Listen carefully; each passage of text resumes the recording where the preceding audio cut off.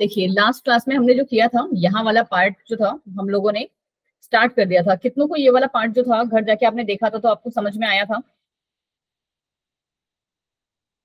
क्यों? तस्लीम, Lakshmi and everyone जो भी है क्लास में, अरुण, ये वाला पार्ट थोड़ा सा समझ में आया था या फिर मैं एक बार फिर से इसको रिवाइज करा दूं? रिवाइज करा देते हैं, ठीक है। चलो जी, यहाँ पे हम लोगों ने जो पढ़ा था ना, थ्योरी ऑफ हेट्रोगेमेसिस स्टार्ट किया था, और यहाँ पे दो थ्योरी ऑफ जेनेरिक और हेट्रोजेनेसिस दोनों आ रही थी। यहाँ तक वाला पार्ट आपको मेरे अकॉर्डिंग समझ में आ गया होगा कि हम लोग किसने क्या स्टार्ट किया था। हम लोगों ने मतलब हैंकिंग जी ने जो था सबसे पहले प्रपोज किया था कि ये सेक्स डिटर्मिनेशन जैसा भी कुछ होता है, ठीक है, कि हमारे जो मेल कैरेक्टर्स हैं या जो फीमेल कैरेक्टर्स हैं वो अपीयर करते हैं बेस्ड ऑन कि कौन सा क्रोमोसोम उनके पास प्रेजेंट है। तब तक उनको नहीं पता था कि देयर वाज अ वर्ड, मतलब there was also a Y chromosome. तो वो क्या कह रहे थे, क्या क्या लेके चल रहे थे? वो कह रहे थे कि अगर मेल होता है तो उनमें एक्स क्रोमोसोम्स हैं, ठीक है, और अगर फीमेल होता है तो उसमें दो एक्स क्रोमोसोम है, ठीक है। उन्होंने कहा था कि उनके पास हमारे दो एक्स क्रोमोसोम हैं। एक जो हमारा आप जो यहाँ पे वाई वाला था वो तब तक डिस्कवर नहीं हुआ था, तो हम लोग क्या लेके चलते थे? एक्स ओ या एक्स बॉडी क्रोमोसोम करके हमने इनको पढ़ा था, समझा था लास्ट क्लास में। फिर ह्यूमंस की जो कहानी थी वो बिल्कुल सेम इसी की तरह थी, और भी बहुत सारे, बिकॉज हम लोगों ने जो स्टार्ट किया था ये सेक्स डिटर्मिनेशन, वो किस पे किया था? छोटे छोटे इंसेक्ट्स पे किया था, ठीक है। तो फिर जैसे जैसे हम आगे बढ़ते गए तो पता चला कि ह्यूमंस में भी कुछ इसी तरीके का कहानी है कि 50% जो गैमीट्स हैं वो हमारे स्पर्म से ट्रांसफर हो रहे हैं, that is your x chromosome. तब तक क्या था? वाई का डिस्कवरी नहीं हुआ था। तो उसी से रिलेटेड आगे क्या हुआ कि थ्योरी ऑफ हेट्रोगेमेसिस आई। हेट्रो मींस डिफरेंट, ठीक है, गैमीट्स और डिफरेंट, और गैमेसिस मींस गैमीट्स, कि हमारे जो ऑर्गेनिजम्स हैं उनमें डिफरेंट टाइप के गैमीट्स प्रेजेंट होते हैं। और इसको सबसे पहले प्रपोज किया ब्रिज ने, ठीक है, ब्रिजेस नाम है इनका। ब्रिजेस ने प्रपोज किया कि जो पूरा का पूरा पर्टिकुलर कोई भी ऑर्गेनिज्म होता है, X Y Z, any organism means any organism, तो उसमें दो टाइप के क्रोमोसोम्स होते हैं। एक मैम हमारा ऑटोसोम, और दूसरा होता है एलोसोम, ठीक है। एलोसोम बोल लो इन्हें, या फिर सेक्स क्रोमोसोम बोल लो, या फिर आप इन्हें एक्स क्रोमोसोम बोल लो, सेम ही बात है, कुछ भी डिफरेंट नहीं है। अब बहुत सारे ऑर्गेनिजम्स में तो हमको क्या, जैसा ह्यूमंस में मिलता है कि एक्स एक्स फॉर फीमेल और एक्स वाई फॉर मेल, तो बहुत सारे ऑर्गेनिजम्स लाइक ड्रोसोफिला में भी इसी तरीके का रिपोर्ट किया गया। फिर हमने पढ़ा बर्ड्स, बटरफ्लाइज और फिशेस का, ठीक है। तो उनमें क्या था? उनमें हमारे से उल्टा था, मतलब कि होमोगैमीट्स किसमें थे? होमोगैमीट्स हमारे थे मेल में, ठीक है। X x was in male and x why was in female. And अगर हम बर्ड्स की बात करें, क्योंकि ये जो दोनों हैं एक्स एक्स वाले, बटरफ्लाइज एंड फिश के लिए एप्लीकेबल है, बट अगर एग्जैक्टली सॉरी, अगर हम बर्ड्स की बात करें तो बर्ड्स में भी क्या है? हेटेरोगैमीट्स आर फॉर फीमेल्स, जो कि क्या है?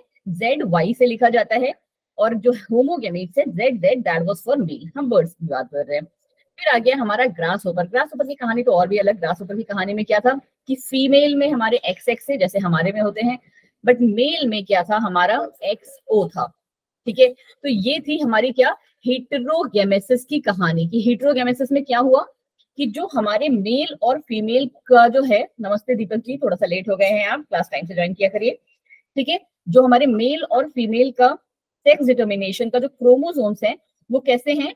अलग अलग है मैम, इसीलिए हम उसे क्या कहते हैं? Heterogamesis, formation of two different kinds of gametes which will determine the sex of the organism. लिख लोगे इतनी सी बात? मैम है ना? चलो जी, फिर आ गई हमारी अगली थ्योरी, वो तो और भी मजेदार, ठीक है। इसका नाम था जेनिक बैलेंस थ्योरी। क्या कह रही थी ये जेनिक बैलेंस थ्योरी? एक्चुअली ली हमारी ऑटोसोम और ऑयलोसोम वाली थ्योरी के साथ ही थी।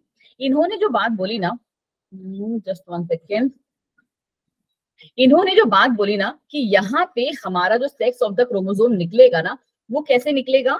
ऑटोसोम और एलोसोम, मतलब कि सेक्स क्रोमोसोम्स और ऑटोसोम्स के रेशियो से निकलेगा। और सेक्स क्रोमोसोम उसमें हमेशा ऊपर रहेगा, और हमारा autosome that will be always on the, क्या बोलते हैं, डिनोमिनेटर, ठीक है। न्यूमिनेटर में हमारा एक्स रहेगा, मतलब एक्स क्रोमोसोम्स रहेंगे, और डिनोमिनेटर में हमारे ऑटोसोम क्रोमोसोम्स रहेंगे। क्लियर हुई ये बात पहली? Yes ma'am. चलो जी, दूसरी बात इन्होंने क्या कही? इन्होंने कहा कि एक पर्टिकुलर ऑर्गेनिज्म है, उसके पास कितने हैं? 5 डिफरेंट टाइप के जो हैं सेक्सेस हैं। ठीक है, 5 डिफरेंट टाइप के सेक्सेस हैं। पहला सेक्स क्या है? Normal female. फीमेल्स कैसी हैं? नॉर्मल है।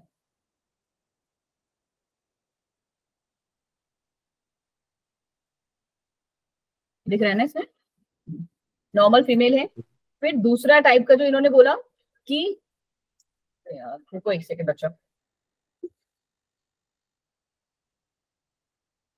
यहाँ देखो, इन्होंने बोला कि 5 डिफरेंट टाइप के सेक्सेस होते हैं डिपेंडिंग अपॉन द, कि जो हमारा क्रोमोसोम और उसका फ्रैक्शन मतलब आया, ठीक है, जो हमारा इस पे सम अप आया, ठीक है, जो इसका जो रेशियो बना, कि कौन सा पहले है? Normal female. ठीक है, अब अगर हमारे पास हमारी बॉडी में नॉर्मल फीमेल है तो नॉर्मल मेल भी होगा। ठीक है, इसको थोड़ा मैम। सा और कर लेते हैं। तो हाँ मैम, हमारे पास क्या होगा? नॉर्मल मेल भी होगा। ठीक है जी। ठीक है, नॉर्मल मेल और फीमेल के साथ एक ह्यूमंस में भी कैटेगरी होती है, हम क्या कहते हैं इसे? इंटरसेक्स, जिसमें दोनों प्रेजेंट है।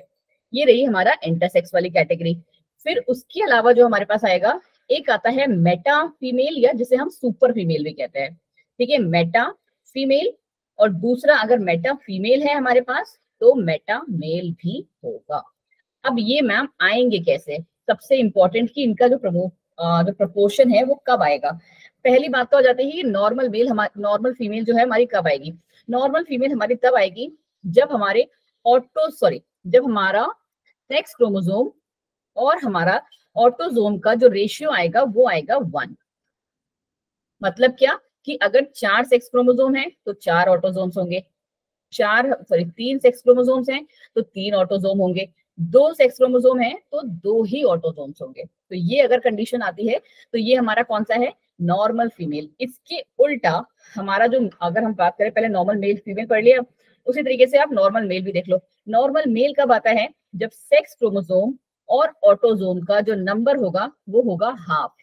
इसका जस्ट हाफ, मतलब कि क्या आना चाहिए? 0.5। ठीक है, 0.5 पे ये क्या होंगे? हमारे नॉर्मल होंगे। अब इसका आंसर कैसे हो सकता है? कि एक हमारे पास सेक्स क्रोमोसोम हो और 2 हमारे पास ऑटोजोम, तो कंडीशन क्या बन गई? हमारी यही बन गई। या फिर 4 हमारे पास सेक्स क्रोमोसोम्स हैं और 2 ऑटोजोम, सेम कंडीशन अगेन बन गई। ठीक है मैम मैम। ये तो 2 हो गया। क्या दीपक? मैम। मैम 4/2 तो 2 हो जाएगा। Yes ma'am. उल्टा कर लो यार, इतना इतना ध्यान से वो कर रहे हो तो आप ये नहीं बोल सकते थे मैम 2/4 होगा? सुबह सुबह आपने भी भांग खा ली मैम। चलो, फिर आ गया हमारा कौन सा? फिर आ गया हमारा मेटा फीमेल। मेटा फीमेल को हम क्या कह रहे हैं? सुपर फीमेल है। तो उसका नंबर खुद से कॉमन सेंस से सोचो क्या होगा? 1 से ज्यादा। इट विल बी ऑलवेज 1 से ज्यादा। ठीक है, तो मतलब क्या हुआ? कि सेक्स क्रोमोसोम ओवर ऑटोसोम का जो रेशियो आएगा that should be more than 1, always more than 1। अब ये किस केसेस में आ रहे हैं? तो हम ये यहीं से उठा लेते हैं, इतनी मेहनत क्यों करें।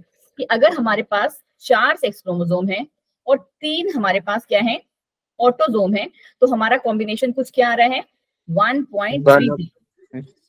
ठीक है, जब भी हमारा जो रेशियो है इसका 1 से ऊपर आ गया, हमारा जो इसका आंसर आया न्यूमरेटर ओवर डिनोमिनेटर वाला, वो 1 से ऊपर आएगा तो वो हमारी मेटा फीमेल होगी। और उसी के ऑपोजिट हमारा यहाँ पे क्या हो जाएगा? मेटा मेल की कहानी क्या आएगी?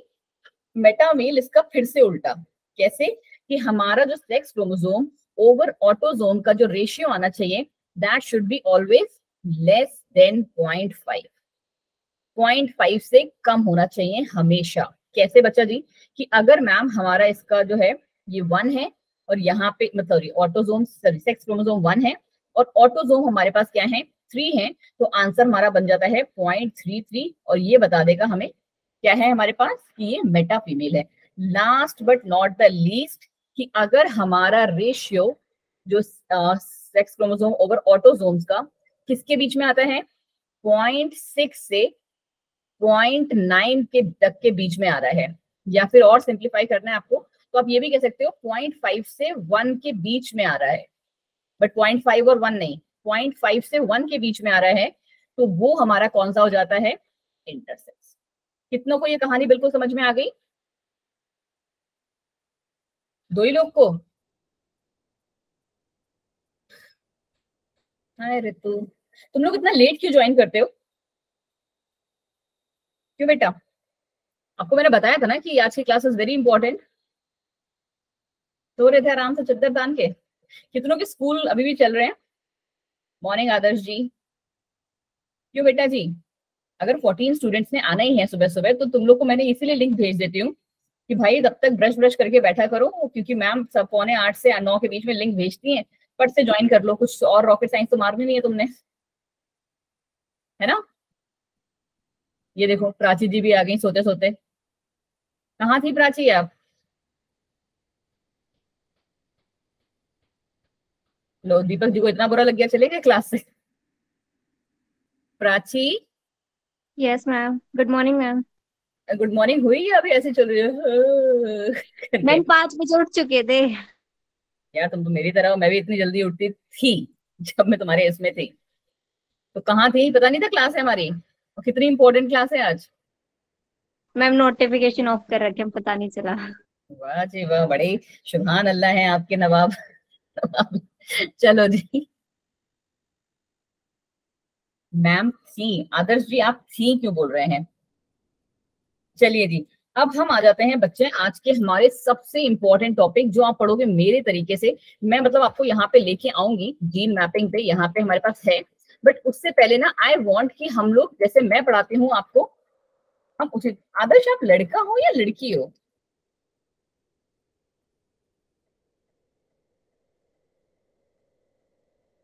मैम वो लड़का है मैम। हाँ तो फिर ये उठती थी। अच्छा तुम मेरी बात, मेरा ही डायलॉग बोल रहे हो क्या? चलो जी कोई बात नहीं, आ जाओ आ जाओ आ जाओ आ जाओ।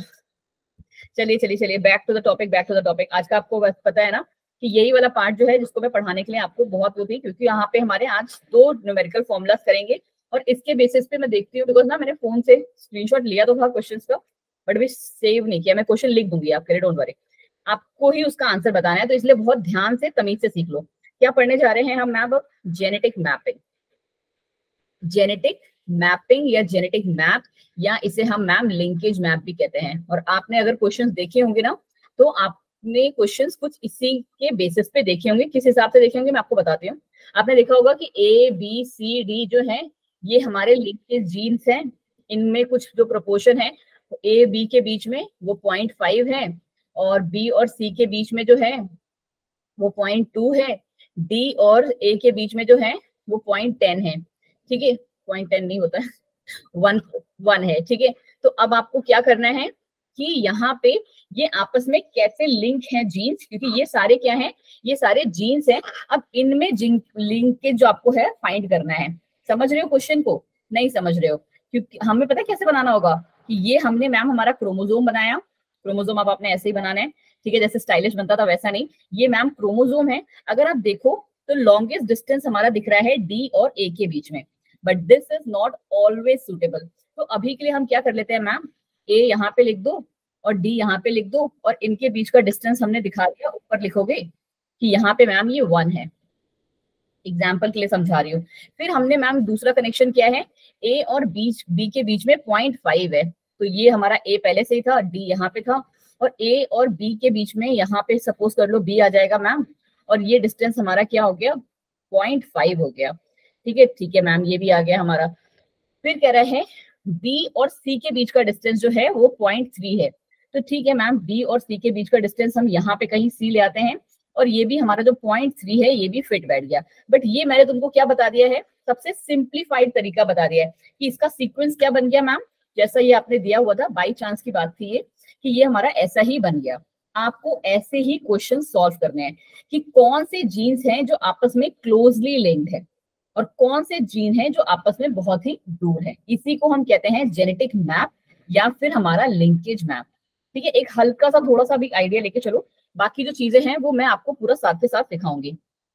एक्चुअली जो यहाँ पे हमारे पास क्वेश्चन आते हैं, पहला तो इस फॉर्मेट पे, और दूसरा जो क्वेश्चन आता है ना, वो आता है हमारा रिकॉम्बिनेशन फ्रीक्वेंसी निकालने का। रिकॉम्बिनेशन फ्रीक्वेंसी, ठीक है। क्या कहती है recombination frequency ma'am? Recombination frequency जो आपकी कहती है ना, यहाँ पे हम लोगों ने, अगर अभी आपको याद हो तो कैसे पढ़ा था कि हमारे पास जो गैमीट्स के पेयर बन रहे थे, अगर हम सिर्फ एक और एक बात हमेशा याद रखो कि रिकॉम्बिनेशन फ्रीक्वेंसी, क्योंकि अभी आप 12th में ही हो, तो आपको सिर्फ क्या एक ही मोनो हाइब्रिड क्रॉस पे निकालने को मिलेगी, मतलब क्या सिंगल कैरेक्टर पे ही निकालने को दी जाएगी। सपोज के लिए आपको कह दिया कि एक पर्टिकुलर जीन है हमारे पास होमोजाइगस AA, ठीक है, उसकी जो जीन फ्रीक्वेंसी है उसका जो नंबर है, सपोज कितना, ऐसे नहीं, क्वेश्चन सपोज कैसे आएगा आपका रिकॉम्बिनेशन फ्रीक्वेंसी का, कि हमारे पास 1000 जो है फ्लावर्स आए हैं डिफरेंट जेनेटिक कॉम्बिनेशंस के। क्या कहा मैंने? डिफरेंट जेनेटिक कॉम्बिनेशंस के, ठीक है, डिफरेंट जेनेटिक कॉम्बिनेशंस के। मैं आपको सिर्फ एक हिंट दे रही हूँ, थोड़ा सा ध्यान से सुनना। अभी हम क्या है टॉपिक को पूरी तरीके से पढ़ेंगे कि ये थ्योरी वाला भी कैसे होता है, कि हमने क्या करा, डिफरेंट जेनेटिक कॉम्बिनेशन के हैं, उसमें ना जो हमारा वही कौन सा था, स्नैपड्रैगन, जो हमारा AA है हेट्रोजाइगोट, उसका है क्या बोलते हैं, उसके कितने हैं 360 फ्लावर्स है, ठीक है। दूसरा जो हमारा पिंक फ्लावर्स आ रहे हैं A और स्मॉल a, वो ले लो 480 है, क्योंकि हमें लगभग इसी का रेंज लेके जाना है। और A जो होगा, एक बार मुझे कैलकुलेट करके बताना 1000 में कितना कम रह गया, एक बार प्लीज बता दो कितना 1000 में कम रह गया। इन दोनों को ऐड करके 1000 से माइनस करना।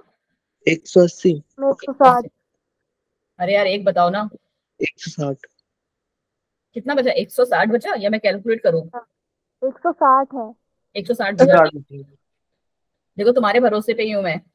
ये दोनों 840 हो गए, बाकी जो बचा ठीक है। अब आपने देख लिया ना, देखो अब आपसे जो क्वेश्चन पूछा जाएगा ना बच्चे, वो यहीं से क्वेश्चन पूछा जाएगा। तुमको ये जो दिया हुआ है, ये पूरा डाटा एग्जाम में भी दिया जाएगा। आपसे पूछा जाएगा कि जो हमारा यहाँ पे कैपिटल A है, मैं अभी कैपिटल A करा रही हूँ, आप स्मॉल a का बताएंगे और तुरंत ही बताएंगे मुझे। जो ये कैपिटल A है, उसका जो है हमारा रिकॉम्बिनेशन फ्रीक्वेंसी क्या है। क्या पूछा जाएगा कि मैम इस जो कैपिटल A है, कैपिटल A जो डोमिनेंट है, उसका रिकॉम्बिनेशन फ्रीक्वेंसी क्या है।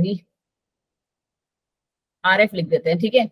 रिकॉम्बिनेंट फ्रीक्वेंसी जो है मैम इसका क्या है, ठीक है। तो आपको जब कैपिटल A का पूछा जाएगा ना कि RF ऑफ कैपिटल A, ठीक है, इस एलील का क्या है, तो आप पता है कैसे कैलकुलेट करेंगे इसे। आपको कैलकुलेट करना है वेरी वेरी वेरी इजी। आपके पास total number of capital A कितने हैं, अभी मैं एग्जैक्ट फॉर्मूला भी बताऊंगी आपको। टोटल कितने हैं ये? मैम 360। बट अगर आप यहाँ पे देखोगे कि जो ये A है, हाफ तो इसमें भी बना रहा है ना अपना। यस मैम 260 होगा इसमें। ये हमारा हो गया मैम 260 या 40। मैम 240 होगा। अरुण जी 240। क्या सुबह सुबह गांजा खा के घूम रहे हो क्या? अभी मैं थोड़ी देर पहले घूम रही थी, अब तुम घूम रहे हो। 240, और इसको हमने क्या करा है, इससे मतलब हमने क्या कर दिया, इसको हाफ कर दिया है। और उसके बाद आप डिवाइड करेंगे किससे, इसको जितने नंबर ऑफ फ्लावर्स थे, दैट मीन्स डिवाइडेड बाय 1000। क्या आंसर आएगा इसका, देखना जरा। 0.6। 0 0 और 6000 से, ठीक है। तो आंसर आ गया मैम हमारा 0.6। देखो अब हमारे पास ना दो तरीके हैं कि हमें पता चल गया है रिकॉम्बिनेशन फ्रीक्वेंसी हमारे A की कितनी है, 0.6 निकालना आ गया सबको। बोलो बोलो जल्दी मैम। ठीक है। Yes, अब ma'am. एक बार मुझे A वाले की निकाल के दिखाना, तब तक मैं भी सांस ले लूं। स्मॉल A की निकालो फटाफट से, कितनी होगी,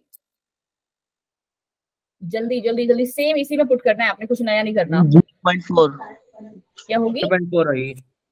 0.4। 160 प्लस 240 फिर से divide by 1000। 0 0 2 3 4 4 divide by 1000 equal to 0.4। देखो जी, अब आपको अगर थोड़ा सा कॉमन सेंस लगा सकते हो तो यहाँ पे हमें क्या मिल गया है, रिकॉम्बिनेशन फ्रीक्वेंसी अगर हमको कैपिटल A की दी हुई है, क्या आई थी हमारी 0.6, और रिकॉम्बिनेशन फ्रीक्वेंसी जब हमें A की छोटे की निकालनी थी तो वो क्या आई हमारी 0.4। तो इसका मतलब एक समझ रहे हो कि रिकॉम्बिनेशन फ्रीक्वेंसी अगर हमें किसी एक की पता है, इधर डोमिनेंट की या रेसिस्टिव की, तो आप क्या कर लोगे, 1 से वन माइनस जो भी हमारा रिकॉम्बिनेशन फ्रीक्वेंसी डोमिनेंट का है या रिसेसिव का है, और यहीं पे आपको क्या मिल जाएगा, उसका आंसर। समझ रहे हो कि अगर कैपिटल वाले का मैंने यहाँ पे आपको क्या बोलते हैं पूछा होता कि यहाँ पे हमने कैपिटल वाले का निकाल लिया है, स्मॉल वाले का क्या निकालना है, तो आप कैसे कर देते, 1 माइनस 0.6 और आपका आंसर आ जाता 0.4। क्या ये नहीं है हमारे छोटे वाले एलील की? मैम है। मैम ये वाला है ये वाला पार्ट बिल्कुल समझ में आ गया, ये पहला Yes, पार्ट ma'am. ठीक है। अब दूसरे पे आ जाओ, ठीक है। दूसरा क्या है, दूसरा हमारा जो आएगा वो आता है, उसका फॉर्मूला हमारा नंबर ऑफ रिकॉम्बिनेंट्स।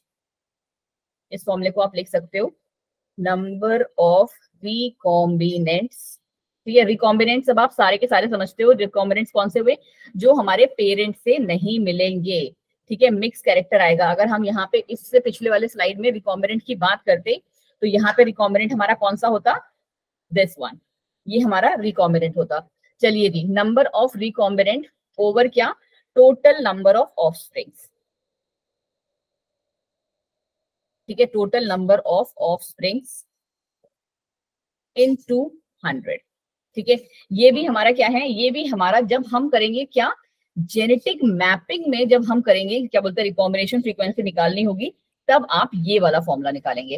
जब हम जेनेटिक मैपिंग में रिकॉम्बिनेशन फ्रीक्वेंसी निकालते हैं तब हम ये वाला फॉर्मूला अप्लाई करते हैं, number of recombinants over total number of offspring. अब ये आपको कैसे आएगा, वो हम क्या बोलते हैं, मेरा फोन जस्ट एक सेकंड दे रहा हूँ कि मैं अगर आपको ये क्वेश्चन जो है वो यहाँ पे लिख पाऊँ, बिकॉज मैंने ना उसके स्क्रीनशॉट तो कल लिए थे बट मैं यहाँ ला के पेस्ट करना भूल गई।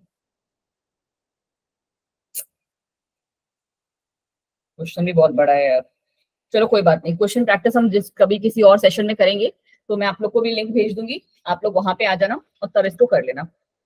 देखो पहला चीज ये आपको निकालना आ गया, ठीक है, रिकॉम्बिनेशन, और इसको हम क्या बोलते हैं, वो भी बोला जाता है, जो इसका एग्जैक्ट डेफिनेशन है आप इसको ले सकते हो, cross over value, cross over value, ठीक है बच्चा। ये भी कहा जाता है cross over value is equal to number of recombinants over total number of offsprings. तो अगर हमें इस वाले पर्टिकुलर की इसी फॉर्मूले की अगर देख लो, इसी फॉर्मूले की अगर हमें निकालना है क्रॉस ओवर वैल्यू, तो क्या निकलेगी, 480 ओवर 1000 इंटू क्या क्या क्या 100 है ना, ये दोनों कट गए, ये कट गया, और ये कितना बच गया हमारा रिकॉम्बिनेंट फ्रीक्वेंसी, 48 निकाल लोगे। रिकॉम आपसे जो भी बोला जाएगा, तीन फॉर्मूले थे छोटे ये छोटे, परसेंटेज में निकलेगा, क्या कह रहे हो, ये परसेंटेज में निकलेगा। हाँ, रिकॉम्बिनेंट जो वैल्यू है वो परसेंटेज में निकलेगी ना, इनटू 100 का मतलब है ये सीधे percentage. Recombinant cross over value का मतलब समझ रहे हो, आपसे पूछा जा रहा है कि एक पर्टिकुलर क्रॉस में जो नंबर ऑफ रिकॉम्बिनेशंस बने ना वो कितने बने हैं। और ये बात ना हमेशा एक जैसे कहते हैं ना, नॉट मान लो कि नंबर ऑफ रिकॉम्बिनेशन कभी भी 50% से ज्यादा नहीं बनते, कभी भी, मतलब कभी भी, ठीक है। किसी भी केस में अप्लाई करके देखना, ठीक है, कि अगर आपका जो रिकॉम्बिनेशन वैल्यू जो है ये हमारा 50% से ऊपर आ रहा है, दैट मीन्स कुछ ना कुछ झोल है, या तो आपने गलत किया है या क्वेश्चन गलत है। इस बात को टाई कर लो कि recombination value is never never never more than 50%, वो हमेशा 50% से कम ही होगी, ठीक है। ये मैं यहाँ पे आपके लिए लिख देती हूँ कि recombination value is always less than 50%, कहानी खत्म, ये इसका कंक्लूजन है। तीन इंपॉर्टेंट फॉर्मूले, तीनों मैंने आपको क्या है, जेनेटिक मैपिंग वाला, देखो इस वाले पे हमें थोड़ी सी मेहनत करनी पड़ेगी, क्योंकि जब तक इसे क्वेश्चंस नहीं करोगे ना तब तक ये जिंदगी में नहीं कर सकते, और यही सबसे इंपॉर्टेंट और सबसे टफेस्ट पार्ट है।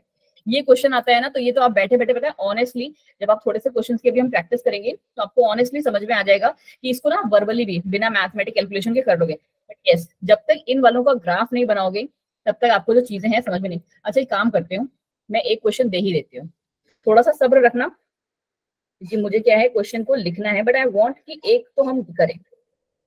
चलो ठीक है, एक कर लेते हैं, उसके बाद हम म्यूटेशन वाले टॉपिक पे आ जाएंगे। आपको क्या करना है ना, you need to determine the sequence of, आपको वही क्रोमो रिकॉम्बिनेशन फ्रीक्वेंसीज के बेसिस पे, रिकॉम्बिनेशन फ्रीक्वेंसी के बेस पे, फ्रीक्वेंसी के बेस पे क्या करना है आपको, इसका जो है लाइन पता करना है कि अगर हमारा ए और बी जो है दैट इज योर 8%, ठीक है, ए और सी जो है वो हमारा 28% है, ए और डी जो है दैट इज योर 25%, ठीक है। फिर बी और सी का जो कॉम्बिनेशन बन रहा है वो हमारा बन रहा है 33%, तो गड़बड़ हुआ क्या, नहीं, बी और सी का जो परसेंटेज है दैट इज योर, सॉरी ठीक है। बी और सी का जो परसेंटेज है 20% है। फिर बी और डी का जो परसेंटेज बन रहा है दैट इज योर 33%। तो आपको बताना है कि इनमें से करेक्ट सी, देखो ये आपको मैंने क्या दे दिए हैं, ये आपको मैंने जेनेटिक मैप बनाने के लिए दिया है कि आपको ना एक लाइन बनानी है कि यहाँ पे ये ए बी सी डी किस हिसाब से अरेंज होंगे, ए बी सी डी में अरेंज होंगे या ए सी डी बी में अरेंज होंगे या डी सी बी ए में अरेंज होंगे। आपको ना इसका एक सीक्वेंस निकालना है बच्चा, और वो जो सीक्वेंस है वो इस परसेंटेज पे बिल्कुल ही फिट भी होना चाहिए। ठीक है, थोड़ा सा Okay, ट्राई ma'am. करो कि कैसे होगा, थोड़ा सा ट्राई करो। चलो मैं एक काम करती हूँ, आज की क्लास को इजी बनाने के लिए तुम्हें ना इसके ऑप्शंस दे देती हूँ। ठीक है, कि इसके ऑप्शंस हमारे पास कौन से बनेंगे। इसके ऑप्शन है हमारे पास, ए है आपका ए बी सी डी। ठीक है, मैं जब छोटी थी तो मैं सबसे पहले ए बी सी डी को ही पुट करती थी। ठीक है, दूसरा है हमारा बी ए डी सी, ये बनेगा। सी जो है हमारा सी डी बी ए, या लास्ट जो है आपका डी ए बी सी। इनमें से कौन सा कॉम्बिनेशन बनेगा जी। चलो, मतलब कि आपको क्या करना है, इसको एक लाइन में लगाना है और वो भी इनके सारे परसेंटेज फिट होने चाहिए। चारों आपके जो है कहाँ कहाँ पे आएंगे। थोड़ा सा दिमाग लगाओ जी और आंसर को ले लो, क्या आंसर आएगा हमारा। थोड़ा सा टफ है, देखो मैंने आपको पहले ही कहा था, बट ये इसमें ना, इसमें और कुछ करने का तरीका नहीं है आपके पास।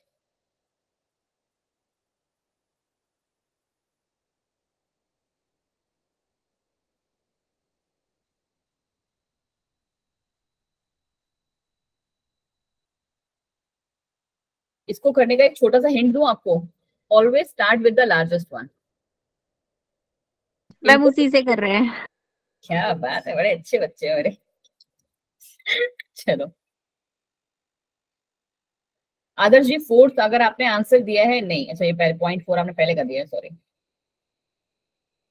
आपको मुझे उसका परसेंटेज भी बताना है कि पहले हमने कौन सा परसेंटेज फिट किया है मैम, फिर कौन सा परसेंटेज फिट किया है, फिर कौन सा। वेरी इंपॉर्टेंट क्वेश्चन, और इनका ना कोई और अब तरीका नहीं है, सिर्फ एक ही तरीका है करने का। वो क्या है, मैं रेड में लिखूंगी एकदम, ठीक है। प्रैक्टिस।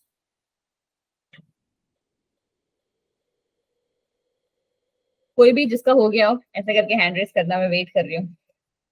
अच्छा, और 1 मिनट का टाइम दे रही हूँ क्योंकि मुझे म्यूटेशन स्टार्ट करना है। ठीक है, 1 मिनट 31 हुआ है अभी, 32 पे मैं आपसे पूछ लूंगी। आता है तो ठीक, नहीं आता है तो ठीक।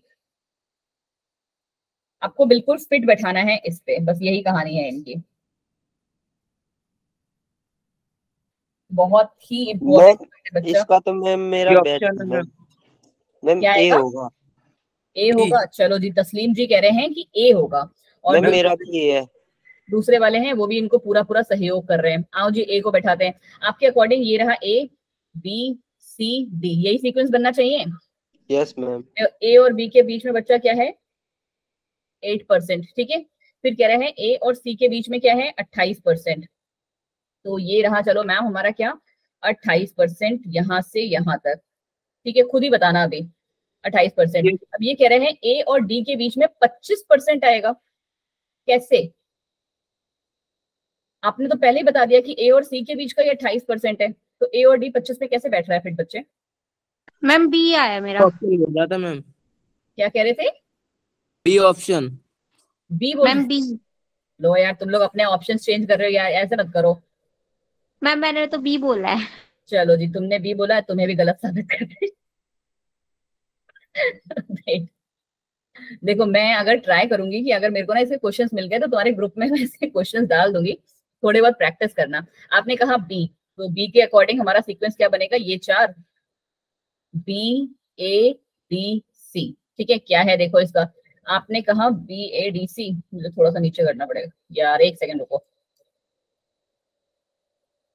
ठीक है चलो, अब बी आपने कहा बी, ठीक है, ए और बी के बीच का डिस्टेंस 8%। चलो जी, ये रहा 8%। ए और सी के बीच का डिस्टेंस 28%, ये रहा 28%। ठीक है, फिर आ गया क्या, ए और डी के बीच का 25%। तो क्या ये सिर्फ 3% पे फिट बैठेगा, देखते हैं। ए और डी के बीच का, चलो अभी के लिए मैम हम 25% मान भी लेते हैं। ठीक है, फिर आ गया क्या, डी ऑफ बी और सी के बीच का डिस्टेंस 20% आ रहा है। कहाँ से बेटा, खिचड़ी बना रहे हो क्या? चलो जी, मैं आपको एक काम करती हूँ, इस क्वेश्चन का हिंट मैं अभी दे देती हूँ। एक क्वेश्चन ना एंड ऑफ द क्लास में मैं तुम्हें दूंगी, उसको करना सॉल्व, फिर देखती हूँ कि तुम्हें समझ में आया या नहीं। सही आंसर है इसका ये। कैसे? अब देखो आगे, मैंने आपसे पहले ही हिंट दिया कि हमेशा लॉन्ग डिस्टेंस वाले को आप पहले रख लो। ठीक है, इसने कहा डी ए बी सी, तो ये रहा डी ए बी सी। अब हमें क्या करना है, इसी के अकॉर्डिंग इसमें फिट करना है, क्योंकि यही करेक्ट आंसर है। ये कह रहा है ए और बी के बीच का डिस्टेंस है 8%। ठीक है मैम, ये रहा हमारा 8%। ठीक है, चलो जी मैम। दूसरा इन्होंने कहा कि ए और सी के बीच का परसेंट 28%। ये रहा ए और ये रहा सी, ये कितना है 28%। फिट हो सकता है अभी के लिए, है ना? हो सकता है मैम।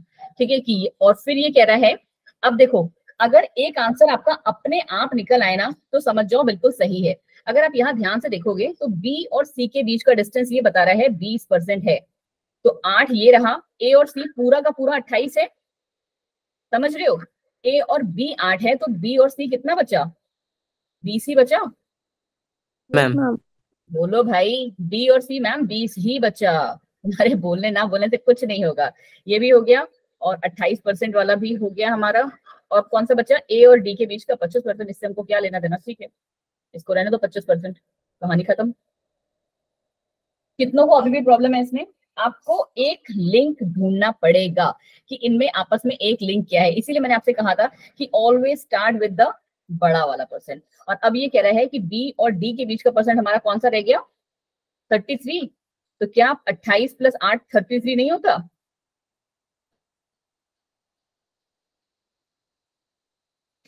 सिक्स होता है। क्या? कब से? 28 8 और प्लस 25। अभी से जब इसे 36 होगा मैम। 36, 25 और 8 36 होता है? कब से? 28 और 8। 28 की तो मैं बात ही नहीं कर रही ना। 28 कहाँ है? मैं इसकी बात नहीं कर रही हूँ। मैंने डिस्टेंस पूछा है बी और डी का। बी और डी के बीच का डिस्टेंस है 33%। 33%।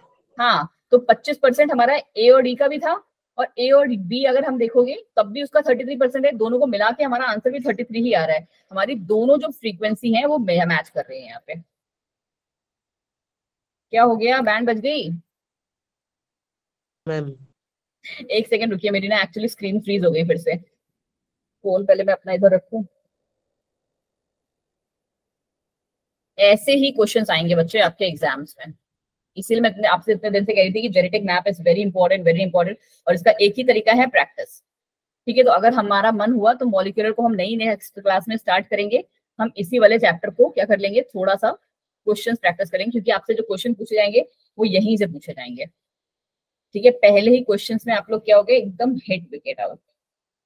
अच्छा, अभी भी पहले मुझे बता दो कितनों को ये पार्ट समझ में आया है?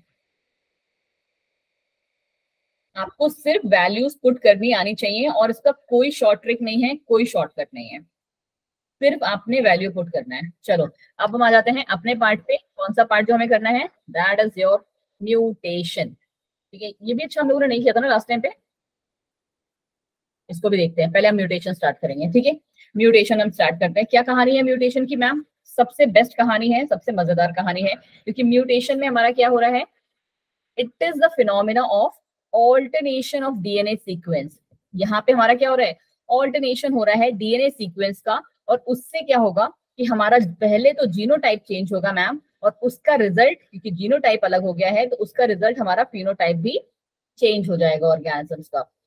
मतलब कि अभी तक हमारा जो एक सीक्वेंस चला जा रहा था, ठीक है, A T G C A T G C A T G C A T G C, अगर यहाँ पे म्यूटेशन हो गया, ठीक है वो, ठीक है, अगर यहाँ पे म्यूटेशन हो गया सपोज कर लो सी पे, तो ये क्या हो जाएगा? ये हमारा गायब।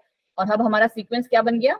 अब हमारा सीक्वेंस बन गया A T C A T, फिर आगे तो मतलब जीसी रहेगा ही।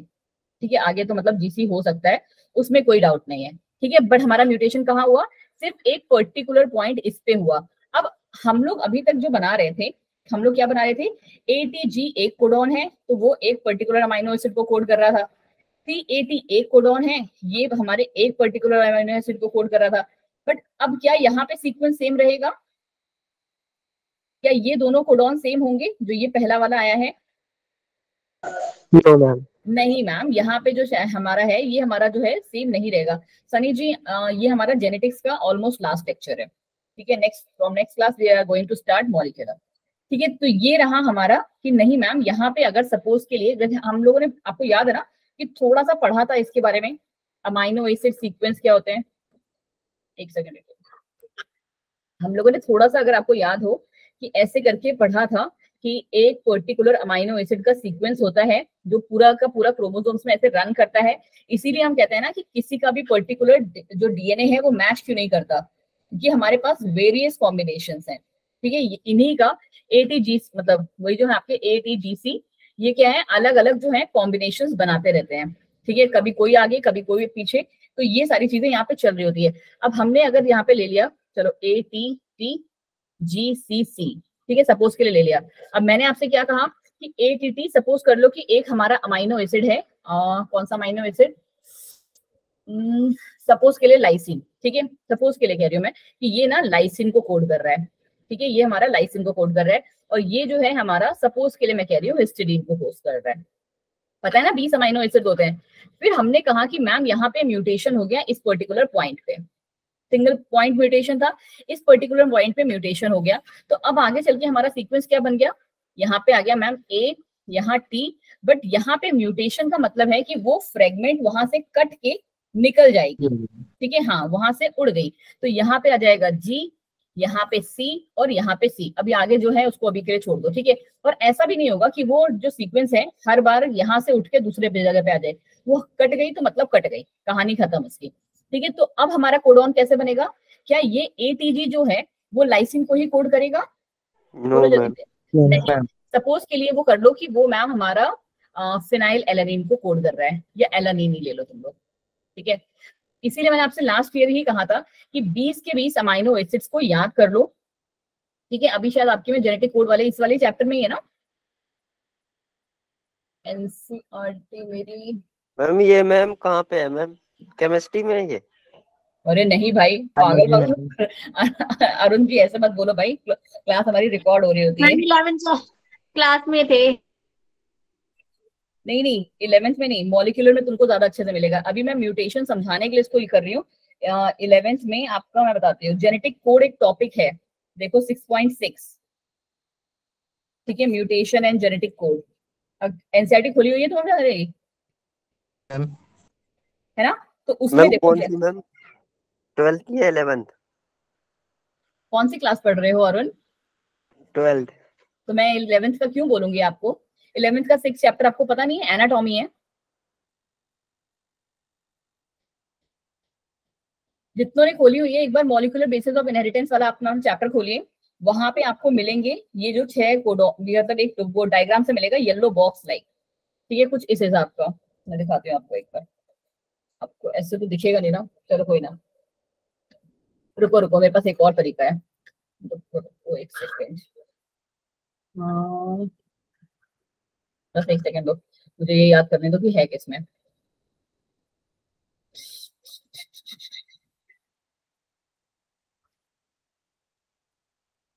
मैम मिल गया। अब इतना लेट मिला तुमको? पेज नंबर भाई? Page number 80।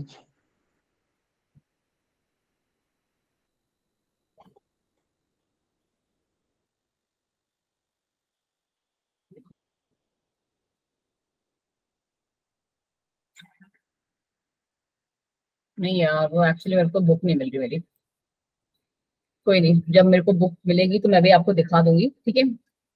हम लोग कहाँ पे थे, फाइनल,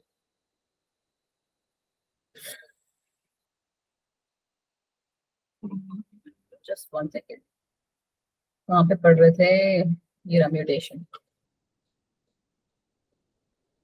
ठीक है।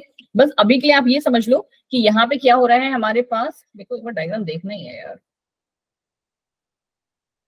बस ये हमारे बस थोड़े थोड़े से ही रह गए, छोटे छोटे टॉपिक हैं, फटाफट से हो जाएंगे, ठीक है। ये बहुत ही मस्त चैप्टर है, इसको पढ़ने में मजा आएगा जैसे कहते हैं। बट मैं आपको क्या है ये चीज जो है थोड़ा सा होमवर्क देना चाहती हूँ, सो दैट अब नेक्स्ट क्लास में एंटर करने से पहले ना आप क्या कर लो, तो खत्म, ओके, मेरे पास इसके एक्चुअली कंप्लीट नोट्स नहीं है, इसका मतलब है कोई ना, कभी तो मुझे मिलेगा तो मैं आपको बताऊंगी, बट मैं आपको लास्ट में एक बार थोड़ा सा समझा दूंगी कि कौन सा पार्ट मैं आपको होमवर्क देने के जा रही हूँ, एंड आपको वो कल की क्लास में एंटर करने से पहले पूरा का पूरा रट के आना है। चलिए जी, अब हम पढ़ लेते हैं थोड़ा सा इजी वाला पार्ट। हार्ड वाला पार्ट जो था वो हमारा हो गया है खत्म। ठीक है, बस मेरे समझाने का मतलब आपको यही था कि यहाँ पे जो अमाइनो एसिड है वो क्या हो जाएगा, उसका सीक्वेंस हो जाएगा, पूरे के पूरे चेन का अमाइनो एसिड का सीक्वेंस चेंज हो जाता है एक पर्टिकुलर सिंगल म्यूटेशन से। अब वो म्यूटेशन कैसे होते हैं, कहाँ से होते हैं, अब हम पढ़ रहे हैं उसके बारे में कि म्यूटेशन क्या है। ये एक फिनोमिना है which results in alternation of DNA sequence. अभी हमने वही दिखाया, इन्हीं से हमारे डीएनए बनते हैं, पहले ये बनेगा फिर प्रोटीन, फिर आपको पता है ना बहुत सारा एक सीक्वेंस पर्टिकुलर चलता है जिससे हमारा जो है पूरा का पूरा डीएनए जो है बनता है। स्टार्टिंग हमारी थ्रेड लाइक से ही होती है, हिस्टोन्स होते हैं, फिर आगे चल के और बनाता है वो काइंड ऑफ, फिर हमारा जो है डीएनए हमारा बनता है। एंड यहाँ पे पहले उसने जीनोटाइप चेंज किया और फिर लास्ट में फिनोटाइप हमारे ऑर्गेनिज्म का चेंज कर देगा। इससे क्या होता है, वेरिएशंस मिलते हैं, हम सारे अलग अलग हैं। वो कैसे हैं, वो इसी की वजह से है क्योंकि हमारा जो सीक्वेंस है वो सब में अलग है। ये कैसा होता है चेंज, कि it is a sudden change, ठीक है, सडन चेंज ऑफ जीन और chromosome from one another. Gene या क्रोमोसोम किसी में भी ये हो सकता है और उसी से क्या हो जाएगा, पूरा का पूरा चेंज हो जाएगा। फिर है डॉर्डेंस्की, जिन्होंने क्या स्टेट किया था, म्यूटेशन इज अ मिस्टेक और मिसप्रिंट ऑफ सेल डिवीजन। ये क्या है, बेसिकली एक मिस्टेक है, एक मिसप्रिंट है सेल डिवीजन के टाइम पे। डी वरीज ने कहा जो था, इंट्रोड्यूस किया था सबसे पहले हमारा term mutation, Hugo de worries, वही वाले साइंटिस्ट हैं ये, नाम सुना है ना इनका? हाँ जी, ये ह्यूगो डी वरीज, उन्होंने ही जो टर्म था म्यूटेशन दिया था। Besides recombination mutation is a phenomena which leads to variation in the DNA. ये रिकॉम्बिनेशन आपको पता होना चाहिए कि जब हमारा क्या हो रहा है, यहाँ पे एक सीक्वेंस चेंज हो रहा है तो इसका मतलब क्या हुआ कि एक नया कॉम्बिनेशन बनेगा। क्या हो रहा है, नया कॉम्बिनेशन भी तो बन रहा है। ये यहाँ से अगर टी उड़ गया तो ये हमारा पेरेंटल की तरह नहीं रहा, यहाँ पे जी आ गया तो ये हमारा क्या बन गया, रिकॉम्बिनेशन बन गया, हमारा नॉन लिंकेज, मतलब लिंकेज जो है यहाँ पे बहुत ही कम हो जाएगा। फिर कह रहे हैं वेरिएशन इन डीएनए इट में आपका ड्यू टू द लॉस। मैंने आपको जैसे लॉस का दिखाया उसी तरीके से गेन का भी होता है। गेन का कैसे, कि यहाँ पे बीच में मैम सपोज कर लो क्या हो गया कि एक जो है कोई अमाइनो एसिड आ गया, यहाँ पे बीच में सपोज के लिए ए आ गया, ठीक है, सपोज के लिए हमारा ए आ गया, तो अब हमारी सीक्वेंस क्या बन जाएगी, अब हमारी सीक्वेंस फिर से चेंज हो जाएगी कि ए टी टी टी तो थी, उसके बाद हमारे पास ए जी सी सी हो गया, ठीक है, यही सीक्वेंस बनी हमारी। हाँ जी मैम, यही सीक्वेंस बनी। तो अब हमारा ठीक है, पहला वाला तो चलो बाई चांस की बात है, वो जरूरी नहीं है कि इसी पॉइंट पे हो, वो यहाँ पे भी आके हो सकता है, ठीक है, जो एडिशन होता है अभी हम पढ़ेंगे उसके बारे में, वो यहाँ पे भी हो सकता है। तो फिर हमारा सीक्वेंस, चलो पहला वाला तो अभी के लिए सेम ही रहा, बट नेक्स्ट हमारा जो अमाइनो एसिड बनेगा वो कैसा हो जाएगा, दूसरा हो जाएगा, दैट विल नॉट बी हिस्टीन। तो एडिशन भी हो सकता है एंड सब्सट्रैक्शन भी हो सकता है म्यूटेशन के थ्रू। फिर कह रहा है ये कि as genes are located on chromosome, loss और gain of gene segment leads to alternation of genes too, ठीक है, कि हमारा जो लॉस हुआ या गेन हुआ तो उससे हमारा क्या है, ऑल्टरनेशन आ गया जीन्स में, which leads to the abnormalities. ये आई एक तगड़ी चीज कि यहाँ पे एबनॉर्मेलिटीज भी हो जाती हैं और इसमें क्या हो जाता है, इससे आपको प्रॉब्लम्स भी हो जाती हैं, डिसीजेस भी हो जाती हैं। Mutation also rise due to change in a single base pair of DNA, जिसे हम क्या कहते हैं, पॉइंट म्यूटेशन, जो मैंने जस्ट अभी आपको दिखाया कि एक पर्टिकुलर पॉइंट पे भी अगर हमारा चेंज हो रहा है तो वो भी म्यूटेशन कॉज कर देता है। डिलीशन और इंसर्शन कहते हैं हम इनको, ठीक है, कि अगर एक चीज डिलीट हुई तो उसे हम कहते हैं डिलीशन, और एक चीज कोई न्यू इंसर्ट हुई तो उसे हम कहते हैं इंसर्शन, और इसको हम क्या कहते हैं, फ्रेम शिफ्ट म्यूटेशन। क्या कॉज कर दे रहा है ये, फ्रेम शिफ्ट म्यूटेशन। कैसे फ्रेम शिफ्ट म्यूटेशन, मतलब फ्रेम शिफ्ट म्यूटेशन का मतलब हुआ कि एक पर्टिकुलर चीज अगर कोई हमारे यहाँ से डिलीट हो रही है तो वो पूरे को शिफ्ट करती जाएगी, कि अगर हमारा जो एक सीक्वेंस टी यहाँ से गायब हुआ तो पूरा का पूरा सीक्वेंस चेंज हो जाएगा हमारा। तो इसीलिए हम इसको क्या वर्ड यूज करते हैं, फ्रेम शिफ्ट म्यूटेशन, ठीक है। और इसका सबसे अच्छा एग्जाम्पल है हमारा सिकल सेल एनीमिया, जो अभी आप पढ़ोगे बहुत ही जल्दी 5 मिनट के अंदर ही।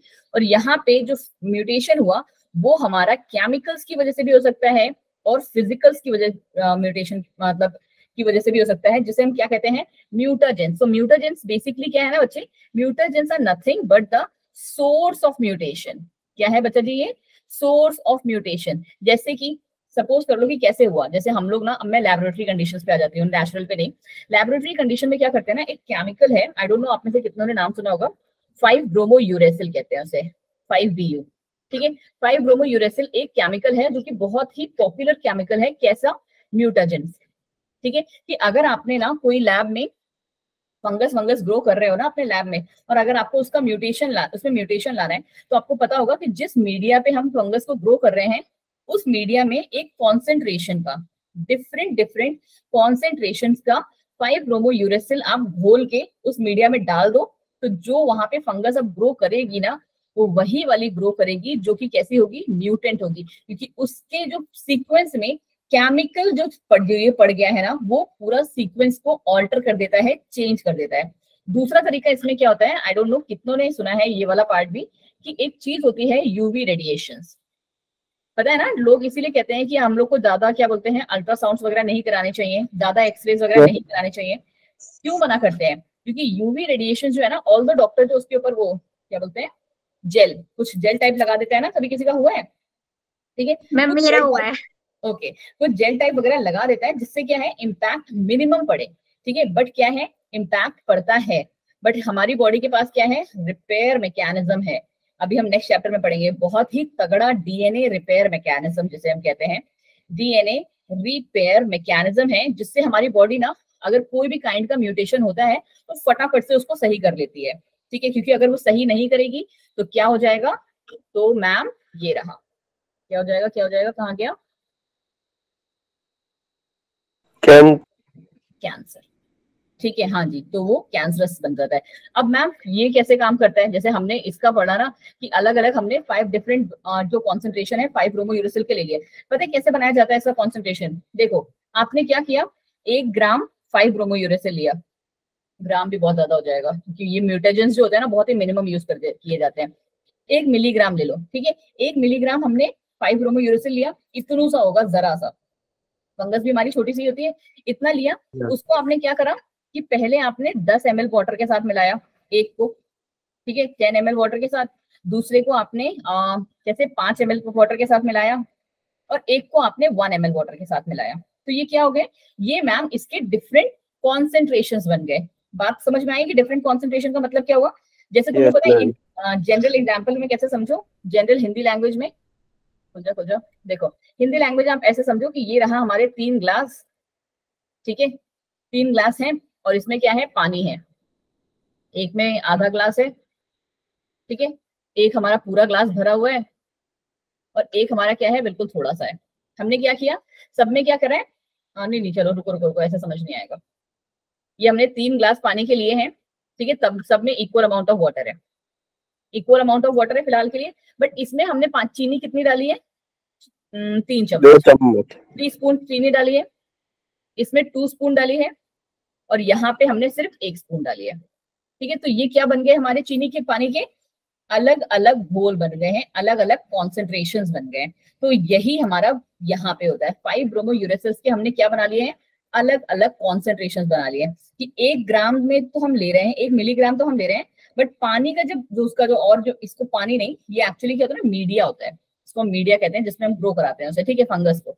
और जनरली जो ये मीडिया होता है ना, अगार का होता है, तो जिसमें हम इसको जब ग्रो कराते हैं ना, तो यहाँ पे हमारे पास क्या होगा, डिफरेंट कॉन्सेंट्रेशन। तो आप खुद से सोचो कि 1 ml मीडिया और 1 ही ml मिलीग्राम जो है हमारा 5 ब्रोमो यूरेसिल होगा, तो वो कितना स्ट्रॉन्ग म्यूटाजन होगा, क्या होगा, कितना स्ट्रॉन्ग म्यूटाजन होगा वो। ठीक है, और सेम कहानी हम क्या करते हैं, यूवी रेडिएशंस के साथ करते हैं। ठीक है, यहाँ म्यूटाजन, ठीक है, यहाँ पे हमारा यूवी रेडिएशंस कैसा दिखा रहा होगा, यूवी रेडिएशंस का आपको पता है ना, अलग अलग वेवलेंथ्स होती हैं, पता है? Yes ma'am. अलग अलग वेवलेंथ होती है, कितने से कितने होती हैं, 240 से 800,